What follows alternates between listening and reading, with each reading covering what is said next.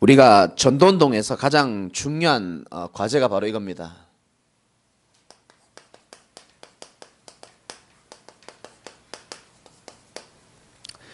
우리 개인의 예틀이 깨지고 또 하나님이 원하시는 새 틀을 갖추는 것이 가장 중요합니다. 그래서 여러분들이 오늘 말씀을 조금 언약으로 잘 붙잡으시고, 하나님은 누구를 사용하시느냐? 하나님이 사용하는 사람은 예틀을 깬 목회자를 사용하십니다. 예틀을 깬 목회자를 하나님은 쓰시게 되어 있습니다. 모세가 처음에 나이 많고 말할 수 없다라고, 말을 잘 못한다고 하나님 불렀는데도 불구하고 나는 할 수 없다라고 얘기했습니다. 그 하나님께서는 모세의 모든 예틀을 깨게 하신 다음에 출애굽의 주역으로 사용하셨고요. 베드로는 오늘 새벽에도 말씀드렸지만 갈릴리 출신입니다. 갈릴리 출신이라는 것은 많이 배우지도 못하고 또 거기 상처 많은 동네입니다. 혈기 있고 무식한 그런 사람이었는데 하나님께서는 이런 연약한 자를 들으셔서 전도운동에 귀하게 사용을 하셨습니다. 그래서 하나님은 누구를 사용하시냐? 예틀을 깬 목회자를 사용하시고 또 예틀을 깬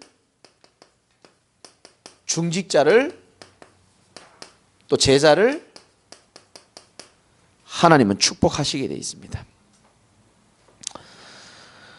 대표적인 예는 저는 브리스가 부부라고 생각합니다.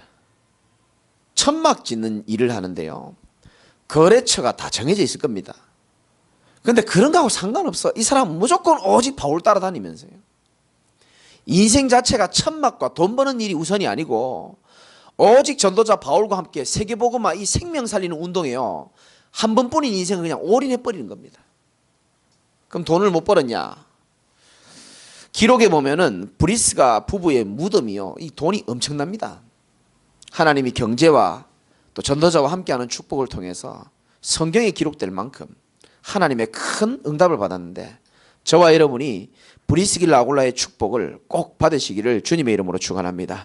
우리의 인생의 방향을 오직 복음, 우리의 인생의 방향을 오직 교회, 오직 전도자, 오직 전도 운동, 거기에 맞출 수 있어야 되죠. 예틀을 깬 교회 중요하죠. 하나님은 안디옥 교회에 역사하셨습니다. 왜 역사하셨냐? 왜 주의 손이 함께 했느냐? 옛날 교회의 잘못된 틀을 다 깨버린 겁니다. 우리 교회는 세례는 있지만 학습은 없습니다. 제가 그냥 없앴습니다. 왜 제가 학습을 없앴냐? 성경에 나오지도 않고 성경적이지 않습니다. 학습은. 세례를 그냥 주면 안 되고 학습을 먼저 주고 조금 상태 봐가면서 세례를 주겠다는 겁니다. 그 성경적이지 않죠. 세례 받는 데 있어서 뭐 담배를 끊어야 세례를 받습니까? 아니잖아요. 그죠? 도박을 끊어야 세례를 받는 게 아니잖아요. 예수를 그리스도로 믿는 자에게 하나님이 성령 세례를 주시는 것 아닙니까? 그러니까 옛 교회의 그런 잘못된 틀들을 하나씩 하나씩 없애는 겁니다. 그래서 저와 여러분들이 가장 중요한 게 우리 개인의 예틀인데, 여러분 자신의 예틀을 깨기 위해서는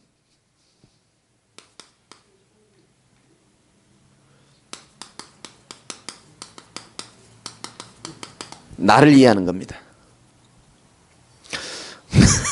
제가 웃음을 참아야 되는데 우리 여기 귀하신 분은 지금 시차가 적응이 안 돼가지고 우리 송금자 집사님은 결혼하고 한 30년 동안을 거의 이 시간은 한참 한밤중입니다. 사실 일주일 전에 제가 전화했거든요. 그때가 아마 6시 55분이었죠 6시 55분에 전화했는데 잘라고 누웠다는 거예요. 이야, 거의 그 정도면요 진짜 뭐 신혼도 아닌데 왜 그런지 모르겠어요. 그러니까 지금 나는 우리 송금자 이사님이 지금 예틀을 깨고 있는 중이라고 생각하거든요. 30년 살아온 그 생활 습관을 지금 바꾸고 있는 겁니다. 사실은. 그러니까 일주일 중에요 요 시간이 아마 제일 힘들 거예요. 아마 그럴 거면 아멘 하잖아요. 봐요. 지금 눈이 뻘개요 지금 보면. 외부에서 오면 뭐 뉴욕에서 온 아줌마인 줄 알 거야. 아마 시차가 적응이 안 돼가지고. 근데 보면요, 분명히 피곤할 거거든요. 30년을 이 시간에 잠자다가 늘 7시, 8시 자다가 9시까지 이제 버틴다는 건 사실 보통 일이 아닌데 예틀이 깨지는 줄 믿으시기 바랍니다.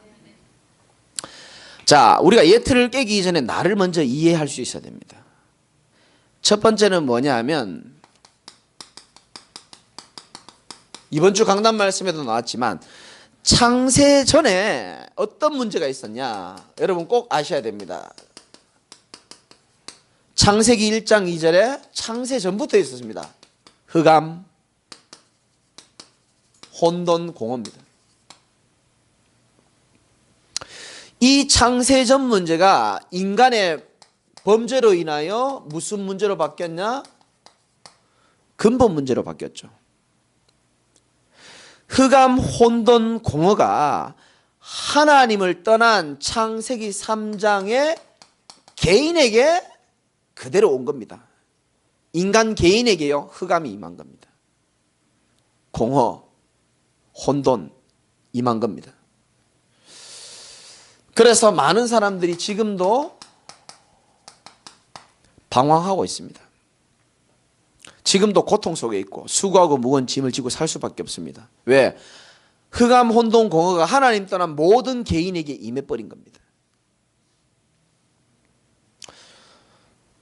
두 번째는 뭐냐? 이 흑암, 혼돈, 공허가 개인에게만 임한 게 아니고 사단은 가정에 공격하기 시작한 겁니다.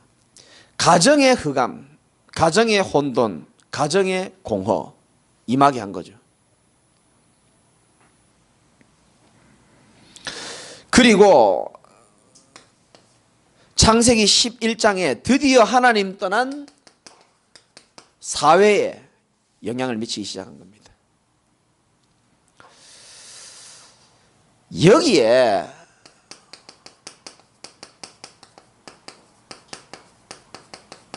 사단의 메시지를 던지는데 어떻게 던지느냐? 네 인생이 방황하고 가정이 고통스럽고 사회가 멸망스러우니까 결국은 너는 창세기 3장 너 중심으로만 살아. 세상 책에 그런 거 많습니다. 너를 찾아라. 나를 찾아라. 어떻게 찾습니까? 못 찾죠.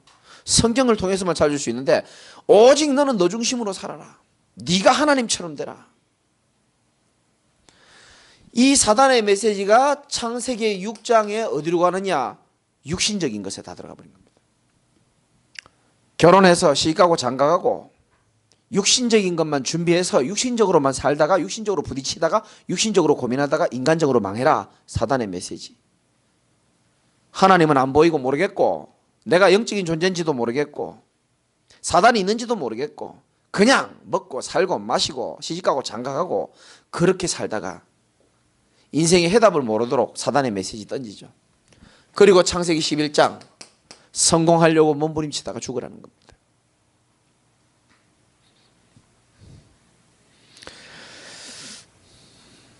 이것이 결국은 우리 인생의 오래된 문제로 연결됩니다.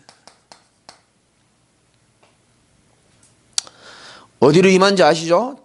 사도행전 13장에 정치로 다 임하고요. 그 흑암 정치 아닙니까? 저는 정치인들 별로 좋아하지 않습니다. 무슨 당 순서대로 안 좋아하는 당은 있지만 내가 굳이 말할 필요는 없고요. 근데 보면은요, 진짜요, 나라를 정말 위하는 것 같은 느낌이 드는 정치인 제가 본 적이 별로 없고요. 거의 대부분 개인을 위하고요. 그리고 정치뿐만 아니고 흑암, 혼돈, 공허가 경제, 흑암 경제로, 문화로, 흑암 문화로. 이 문제가 어디로까지 번져나가냐면은 계속되는 문제로.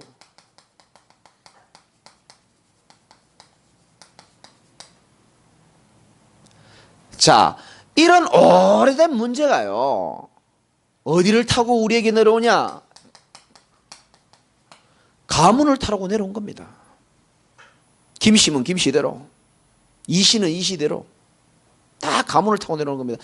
가문을 타고 결국은 우리 부모를 타고 나에게까지 내려온 겁니다.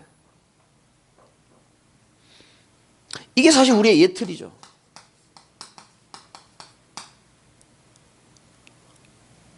그래서 이게 구체적으로 어떻게 되냐면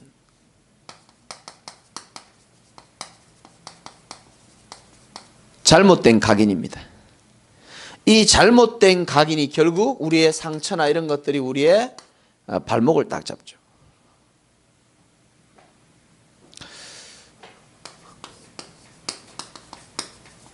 오래된 뿌리. 뿌리를 내린 것이 뭐가 되죠? 결국은 열매를 맺는 겁니다. 슬픔이 오랫동안 뿌리 내리다가, 외로움이 오랫동안 뿌리 내리다가 뭐로 나타나느냐? 우울증으로 나타나기도 하고요. 분노가 계속 뿌리 내리다가 결국은 폭력으로, 조울증으로, 집착이 계속 뿌리 내리다가 중독으로 나타나는 겁니다. 그 사람들은 그 눈에 드러난 것만 알지 그게 어떻게 해서 내려온지 그 뿌리 부분을 잘 모르고 있잖아요. 제가 기도 대상자로 카톡방에 그 기도 제목이 올라와서 아시겠지만 저희 위층 아주머니, 제가 오늘도 딱 아침에 사역하러 나가는데 분명히 내가 들었거든요. 계단 구두 소리가 똑똑 소리가 들리는데 내가 문 여니까 그 구두 소리가 딱 멈추는 거예요. 멈추는 겁니다. 바로 위층에서 이제 발만 보여요. 내가 보니까, 이렇게 보니까. 영적으로 나를 안 만나고 싶은지 딱 멈추더라고요. 우리 집에서 문 여는 소리가 나니까. 그래서 제 생각이 혹시 택배 아저씨인가? 혹시 또 범죄자인가? 왜냐면 저는 항상 좀 부정적인 생각이 있기 때문에. 유치장에서 근무를 했기 때문에. 범죄가 어떻게 일어나는지 잘 알거든요. 딱 멈춰있는데 이렇게 보니까 할머니하고 저하고 눈이 마주쳤어요. 내려오세요. 그랬지.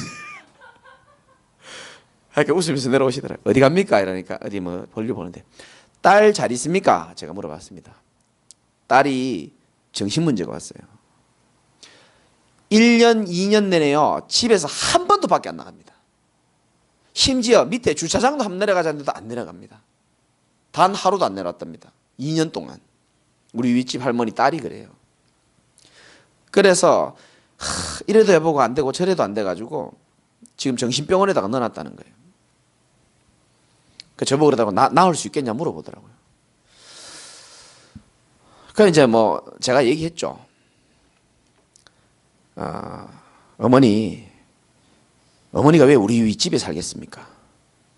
어머니 과거에 교회 다녔다면서요. 우리 딸도 교회를 옛날에 다녔다는 거예요. 찬양대도 했고요. 노래 잘한답니다. 근데 어쩌다가 이래 돼가지고 교회 다닌다고 이거 뭐 되는 것도 아닌 것 같고, 그래서 내가 지금 구슬을 한번 정신병원에서 나오면 구슬하려고 지금 준비하고 있다는 거예요. 어머니 하지 마세요 그랬어요. 굿하지 마세요. 그래서 설명했습니다. 무당은 조금 더 큰 귀신을 불러가지고 조금 더 작은 귀신 빼주고 가고, 무당이 돈 챙겨가고 그런 거예요. 그럼 그 귀신이 다시 안 들어오냐? 또 들어옵니다. 그러니까 그건 하면 안 되겠다는 거예요. 어찌해야 되겠냐는 거예요. 그래서 내가 얘기했습니다. 어머니부터 일단 신앙 회복해야 됩니다. 딸이 문제가 아닙니다. 어머니부터 일단 하나님 앞에 서야 됩니다. 그 또 제자교회 어디냐 물어보더라. 몇 번째 물어봅니까 어머니? 프란세스 빵집 3층 내가 몇 번 얘기합니까 어머니? 내가 참 교회가 어디냐? 어디 맨날 똑같아요. 저 끝에 저 십자가 보이잖아요. 저기. 어머니 진짜 결단합시다. 자기는 마음에 이래 먹었대요. 우리 딸이 정신병이 치유될 것이라고 자기는 생각 안 한대요. 단 자기 살아있는 동안에 밖에라도 좀 나갈 수만 있으면 엄마는 소원이 없다는 거예요. 그래서 내가 했습니다. 내가 확실히 내가 밖에 나가게 해줄게. 내가 맡겨만 달라 그랬습니다. 내가. 여러분 복음의 능력 믿으십니까? 믿는 사람에게는 역사 일어나고요. 의심하는 사람에게는 역사 안 일어나게 되는 거예요. 저는 확신이 있거든요. 왜 이 어머니가 딸이 정신문제인데 왜 하필 우리 윗집이겠습니까? 하나님이 계획이 없겠습니까? 그러니까 그 여자분 내가 지금 얼굴도 모르지만요. 오랫동안 아마 상처와 우울한 게 뿌리 내리다가 보니까 정신문제로 튀어나오는 거예요. 이런 것들이 결국은 나만의 체질로 자리를 잡게 되는 겁니다. 왜? 그래도 우리가 살아야 될 것 아닙니까? 그러다 보니까 그 사람의 말투, 막 거친 사람들 있잖아요. 그 인생이 거칠었다는 뜻입니다. 또 여러 가지 성격, 소심한 사람들이 있죠. 눌려있는 사람들이 있습니다. 그건 눌려서 살아온 겁니다, 인생을. 열등감, 그거요. 계속 오랫동안 있는 거. 그거 굉장히 오래 갑니다. 열등감 이런 거는 사실은. 말투나 성격이나 여러 가지 뭐 기질, 나의 모습, 이런 걸로 드러나는 겁니다, 사실은. 그래서 우리가요, 교회에 오는 지금 새가족도 계속 오잖아요. 그런 분들의 하나하나 말투, 행동들을요, 육신적으로 해석할 게 아니고, 아, 이런 속에서 이 사람이 이렇게 고통당하다가 어디로 왔느냐? 하나님이 복음 들으려고 교회에 보내셨구나. 이런 눈으로 보셔야 살릴 수 있습니다.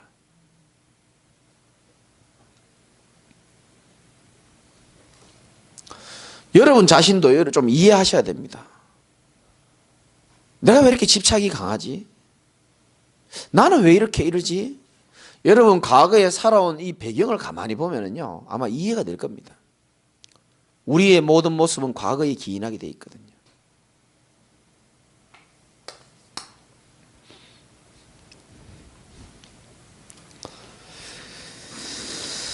그래서 우리는 나를 깨야 됩니다. 전도할 수 없는 나의 옛틀, 이걸 다 깨버려야 되는 겁니다. 박전사가 아까 솔직한 고백했잖아요. 전도사님들이 하기 힘든 고백입니다. 그거. 전도 캠프 나갔는데 사람을 만났는데 뭐라 했노 아까? 말 걸었는데 뭐라고 얘기해야 될지 모르겠다는 겁니다. 그래서 제가 지난주에 방향을 줬습니다. 영적인 욕심을 딱 내가지고 모든 캠프 시키는 대로 다 한번 해보라 그랬어요. 제가 안 해보고 그런 말 하는 게 아닙니다. 하루는요, 제가 학교에서 캠프를 갔는데, 여러분 그런 전도 해본 적 있습니까? 제가 이름 지어낸 건데, 띵동 전도라고 들어봤습니까? 집집마다 띵동 하는 거예요. 그거 진짜 내가 두 번 태어나도 할 짓이 못 됩니다. 제 개인적으로. 제 성격으로는 못 합니다. 왜 가만히 있는 집을 띵동합니까? 택배도 아니고. 근데 여기 선배하고 따라가니까 또 뭐 하자니까 하는 거예요. 야, 진짜 저는 막 미치겠더만요. 그래도 순종. 띵동. 문득 열자마자 에이씨 하면 문 닫아. 띵동. 뭐예요? 짜증내고요. 한 집도 문 안 열어주고요. 둘째 날 아파트 갔어요. 아파트도 띵동 하는데, 야, 15층부터 띵띵동 하는데요, 한 집도 문 안 열어주더만요. 그걸 계속 했다니까요, 제가 한때. 뭐 여러 지역에서 많이 했죠. 참 감사한 것은요, 제가 누구한테 얘기했잖아요. 아파트에 한 명도 문을 안 열어주는데 그 계단 청소하는 아주머니가 딱 계시는 거예요. 근데 우리 선배님 목사님 말을 건 겁니다. 뭐 이렇게 복음을 전한 거죠. 그러니까 이 아주머니는 빨리 청소하고 집에 가야 되잖아요. 그러니까 자기는 이거 일해야 된다고 안 된다는 거예요. 그래 우리 선배님이 그러면 저 김전사 저 청소 대신 네가 좀 하라 그런 거예요. 그래 아파트 15층부터 내가 다 닦았잖아요. 계단. 물고기는 물속에 난 계속 닦고요. 계속 14층 13층. 그래도 나는 뿌듯하더라고요. 아주머니가 내가 청소하는 기간만이라도 저 복음을 들을 수 있다면은 뭐 청소밖에 못 하겠습니까? 다 그런 거 해보고요. 그런 모든 것들이 발판이 돼가지고요.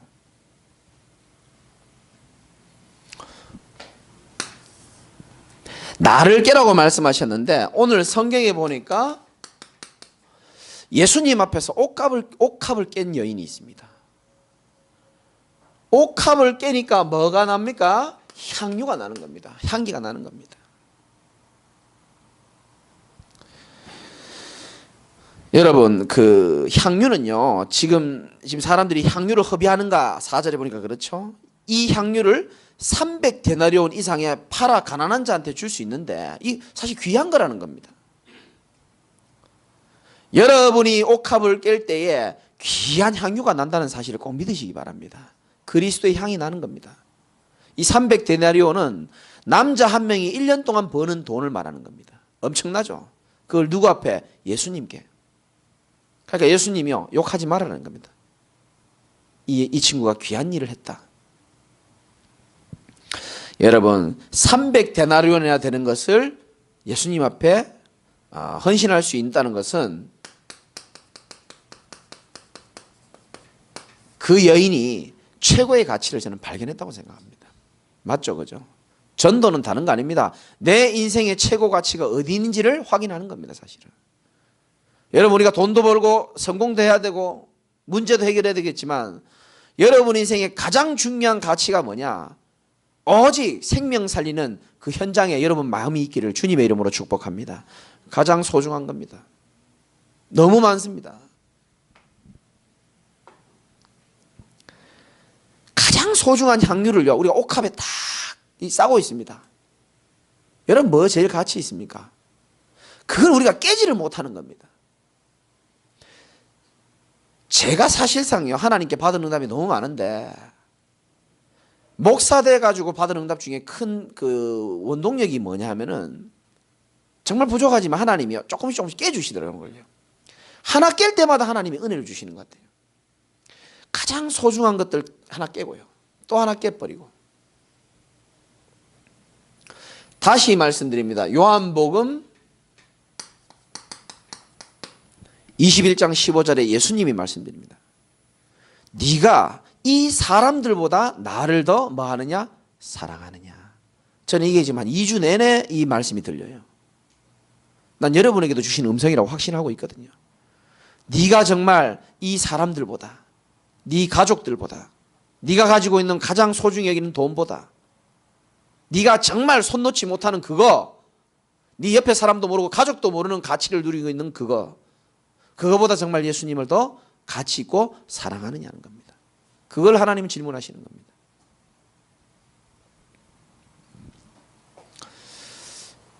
이번 주 강단 말씀에도 있죠. 히브리서 13장 5절에 보니까 돈을 사랑하지 말고, 돈 얘기하면서 갑자기 하나님의 메시지 줍니다. 내가 너희를 결단코 떠나지도 않고 버리지도 않겠다라는 겁니다. 그 말이 중요한 메시지는 뭐냐면 너희들이 돈의 가치를 안 둬도 될 만큼 내가 너희의 인생을 절대적으로 지키시겠다는 겁니다. 그게 하나님 우리 주시는 향한 메시지입니다.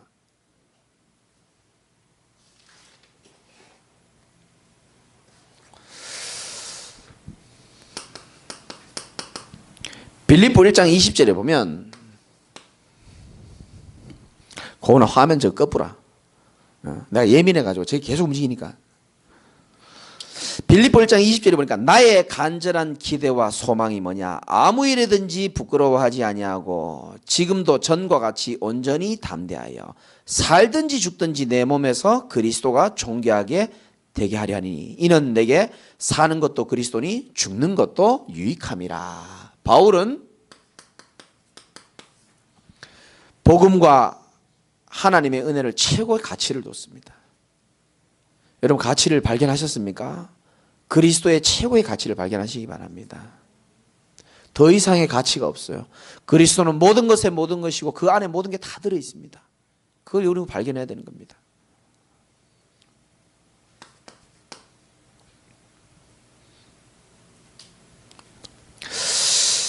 제가 알고 있는 하나님은 민수기 23장 19절의 말씀처럼 하나님이 말씀하신 것을 반드시 실행하시는 분입니다.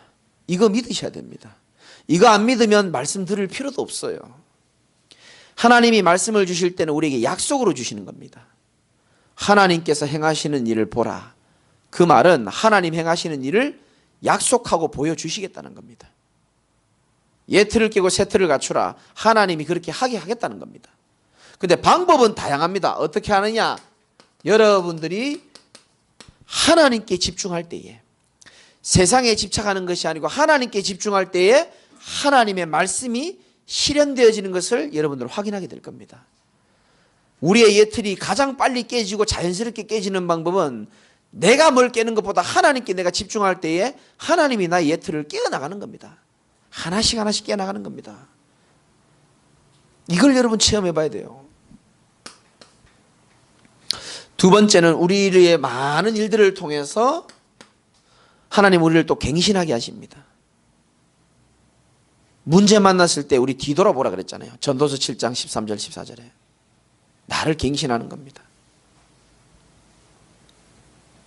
위기가 왔을 때에 하나님은 우리 갱신하라는 뜻입니다. 근데 현장에 어떤 분 내가 얘기했잖아요. 이번 주 목요일 날 병원 가신 성도들이 꽤 많거든요. 근데 위에 문제가 있다는 거예요. 위에 혹이 났다는 거예요, 이분이. 이분이 약간 술을 약간 사랑하시는 분이거든요. 그래서 제가요, 예수 믿은 지 얼마 안 됐는데 왜 저런 일을 허락하셨을까 딱 생각할 때요, 제 마음에 딱 확신이 드는 겁니다. 그래, 하나님이 행하시는 일이고 하나님이 복음의 삶으로 갱신하고 건강한 삶으로 살아라고 주시는 축복이다, 나는 확신 있게 얘기했습니다. 그 딱 보니까요, 검사했는데 암 아니고 술은 더 이상 먹으면 위험하고, 완전히 제가 기도한 그대로요. 여러분에게 위기가 오고 문제가 오는 것처럼 보이고 갈등이 오는 것처럼 보입니까? 아닙니다. 하나님은 우리의 옛 틀을 깨고 새 틀을 갖출 수 있는 갱신의 축복을 줘서 더 하나님께 귀히 쓰임받으라고 여러분에게 은혜를 주시는 거예요, 사실은. 그걸 꼭 믿으셔야 됩니다. 때로는 우리의 결단을 통해서 말씀 듣고 다 결단하게 되어지고요. 때로는 문제를 만났을 때 큰 깨달음 속에서 결단해지고, 모든 무거운 것과 얽매이기 쉬운 것을 벗어버리기도 하고요. 엘리사처럼요, 모든 소의 기구를요, 불 다 태워버리고요. 확실할 겁니다. 집중의 가장 큰 적은요, 우리를 집착하게 만드는 뭐가 있는 겁니다. 마귀는 우리를 이거 갑자기 무너뜨릴 수가 없다는 걸 잘 알아요.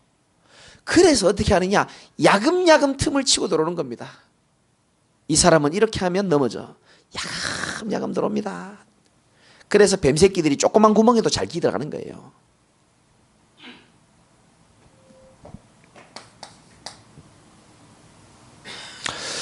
꼭 여러분들이 지금 시간표가 우리는 40일 중에서도 중요한 성령의 인도를 받아야 될 시간표입니다. 저는 여러분에게 부탁을 드리고 싶은 것은 말씀의 중요성을 좀 깨달았으면 좋겠습니다. 여러분들이 항상 말씀이 선포되는 자리에 계시고 말씀 24시 축복을 누리시기 바랍니다. 꼭 김재강 거 안 들어도 괜찮으니까 말씀 들으세요. 계속 들으십시오. 복음의 메시지를 선포하는 말씀들을 들으세요.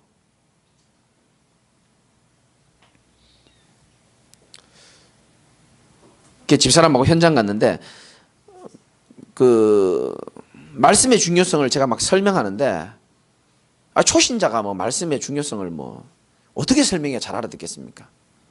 그러니까 우리 집사람이 이렇게 설명하는 거예요. 당신이 왜 술을 자꾸 먹다가 보면 술 맛을 알지 않느냐. 처음에는 잘 맛없는데 술도 안 먹어본 사람이 잘 알더라고요. 술을 자꾸 먹다 보면 그 술맛 알고 나중에는 그 없이는 못 살잖아. 말씀이 똑같다는 거예요. 말씀이 처음에 듣다 보면은 그 맛을 알고 나중에 말씀 없이는 안 되는. 그 내가 서당계 3년이면 풍어를 잘 맞죠, 그죠? 말씀이요, 진짜 듣고 듣다 보면요, 우리 영적인 존재가요, 말씀 없이는 안 된다는 것을 깨달을 수 있습니다. 여러분, 말씀이 없으면 우리가 어떻게 이 세상을 이기겠습니까? 하나님의 말씀에 이 바로 영적인 검이라고 말씀하셨거든요. 말씀 24시. 기도 24시 되시기 바랍니다. 여러분 사는 길입니다. 아무리 피곤하고 아무리 바빠도 상관없어요. 내가 기도 24시 속에 있어야 되는 겁니다. 그럼 얼마나 우리가 기도의 응답을 지금 많이 누리고 있습니까? 집중 기간만큼이라도 전도 24시입니다. 모든 사람 쳐다볼 때요, 새 생명 초청 주일 이걸 딱 생각해야 되고요. 모든 사람 쳐다볼 때마다 나의 대상자로 봐야 되고요. 모든 사람입니다. 예외가 없습니다. 그 사람이 복음을 받고 안 받고는 우리하고 상관없습니다. 그 사람에게 빛을 전해주는 겁니다. 제 소원은요, 이번에도 초대장 예쁘게 만들었더라고요. 그래서 4번째거든요. 그래서 4번째 이 엽서를요, 우리 청년이 다 모아놨더라고요. 그래서 하나, 둘, 셋, 4개 해가지고 제가 사진을 찍는데요, 가슴이 다 뭉클해지면서요, 내가 바라던 교회로 점점 만들어지고 있는 게요, 참 너무 감사하고요. 그러나 제 소원은요, 새생명 초청주의를 안 하는 게 제 소원입니다. 이해되시기를 주님의 이름으로 축복합니다.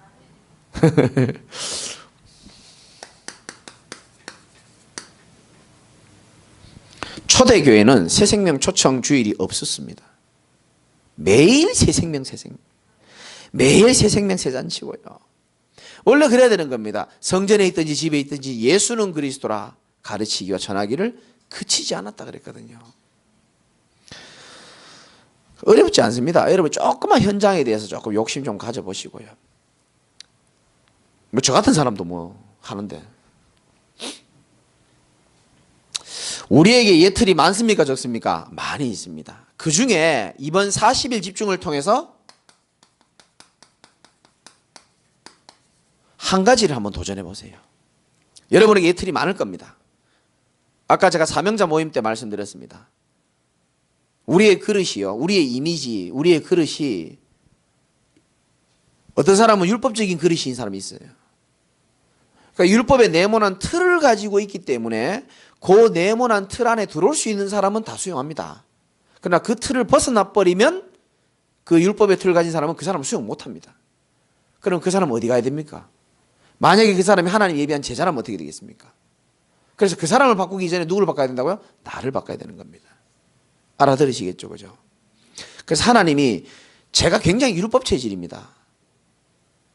죄송하고 용서하고 들으시고 저는요 마음에 드는 게 하나도 없는 사람입니다.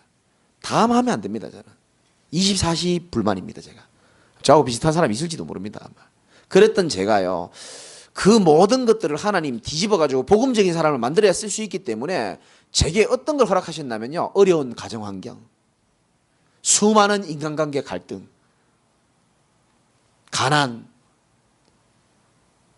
뭐 무시당하고요 여러 가지 많은 일들을 하나님 제게 다 허락하셔가지고 모든 사람을 이해할 수밖에 없도록 하나님이 내 그릇을 자꾸 만드시는 겁니다. 그래서 저는 압니다. 다 저 사람도 부족하지만 내가 부족하기 때문에 저 사람이 오래 걸릴 수도 있지만 예수님이 나를 오래 기다려줬기 때문에 제가 그런 머리가 안 되고 IQ가 안 되는 사람입니다. 근데 하나님이요 많은 위기와 고난을 통해서 나를 갱신하게 만들어 주시더라고요. 그래서 여러분 40일 집중 동안 내게 있는 가장 큰 예틀이 뭡니까? 그거 우리 한번 도전해 보는 겁니다. 나는 여러분들 지금 모습을 보면서요 계속 갱신하고 있는 모습을 제가 보고 있거든요. 우리 희원이가 지금도 일어나지만 언젠가는 저 계속 앉아 있을 수 있을 겁니다. 계속 이게요 갱신하는 모습이 이게요 일어날 수 있거든요.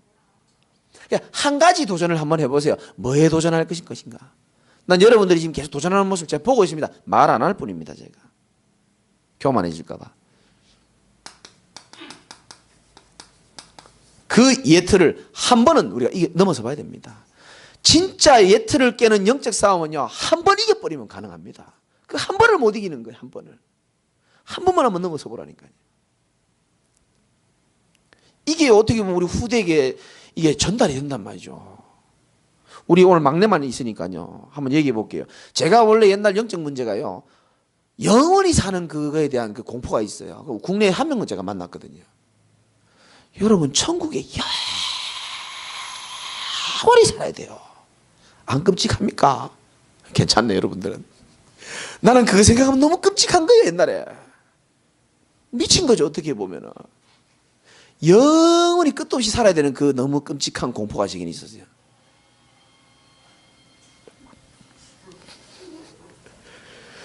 그런 공포가 있었는데요. 우리 막내 아들이 얼마 전에 그러는 거야.